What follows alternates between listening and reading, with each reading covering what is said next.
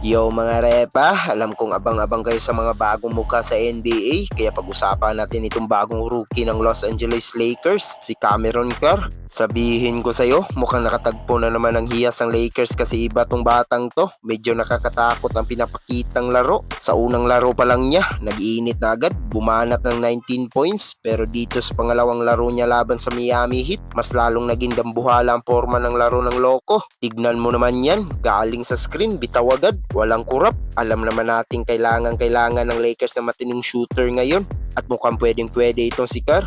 Isipin mo, nung nakaraang laro, 5 of 11 siya sa 3. Dito naman sa huling laro, sumalat pa naman ang 4 na 3 out of 9 attempts. Ibig sabihin, hindi tsamba. May kamay talaga ang bata. At hindi lang basta shooter.